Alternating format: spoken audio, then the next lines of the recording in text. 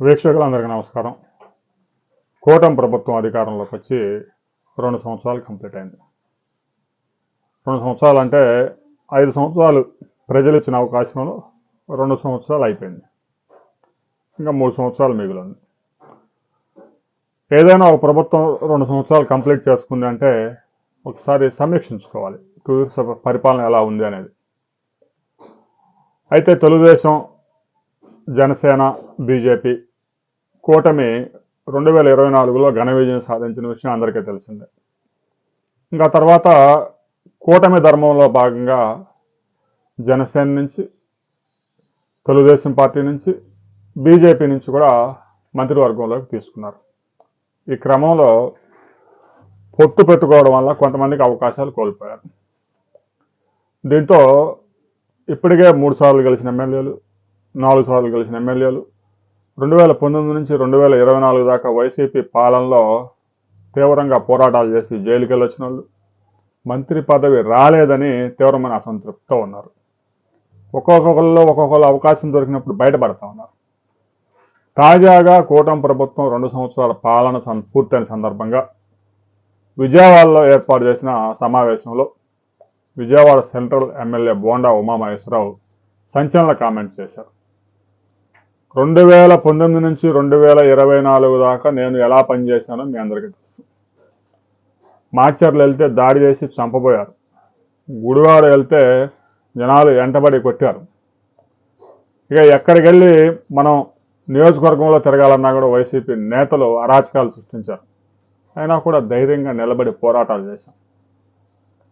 కానీ అధికారంలోకి వచ్చిన తర్వాత కష్టపడ్డ వాళ్ళకి పదవులు రావడం లేదు.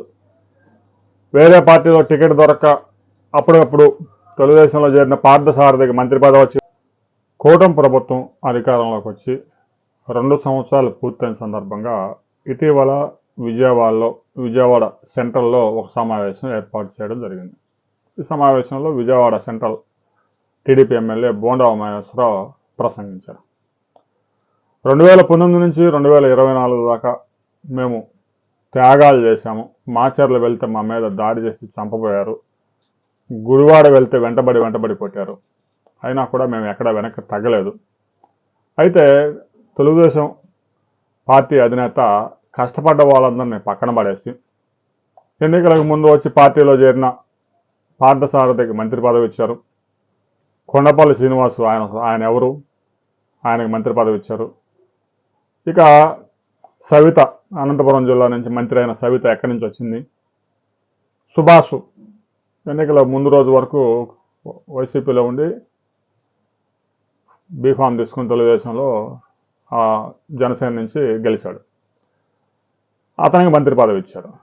ఇలా చెప్పుకుంటూ పోతే ఒక 15 మంది దాకా ఉన్నారు. వాళ్ళందరికీ మంచి మంచి పదవులు వచ్చాయి. తెలుగుదేశంలో కష్టపడ్డ వారికి ఏమీ ఉండదు అనే మీనింగ్ వచ్చే విధంగా ఆయన చెప్పిన సమావేశంలో, అదేదో రహస్యంగా చెప్పింది కూడా కాదు, సమావేశంలో చెప్పిన మాటలు ఇప్పుడు వేర్లేదు. మనం ఆ విషయం ఒకసారి చూడండి.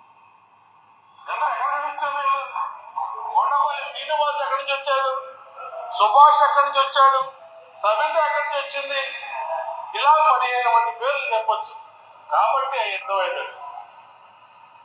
కొంతమంది 5 సంవత్సరాల పాటు ఆ రోజు 2019-24 మధ్య ఏ విధంగా పనిచేశాడో బోండా ఉమా మీకు తెలుసు.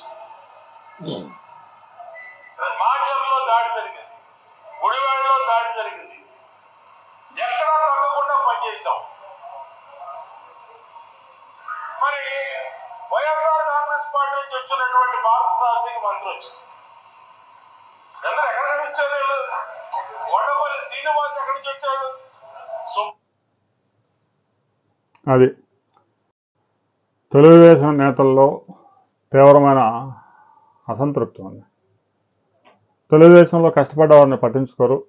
అప్పటికప్పుడు ఎవరైతే ఎన్నికల ముందు వస్తారో వారికి పెద్దపీట వేస్తున్నారు అనేది కష్టపడ్డవారు సహజంగా కొంత అసంతృప్తికి లోనవుతూ ఉంటారు.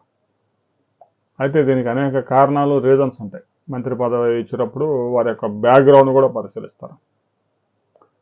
బోండా ఉమామహేశ్వరరావుకి మరి అద్భుతమైన బ్యాక్గ్రౌండ్ ఉంది కాబట్టి ఆయనకి మంత్రి పదవి నుంచి దూరంగా పెట్టారు అనేది సమాచారం.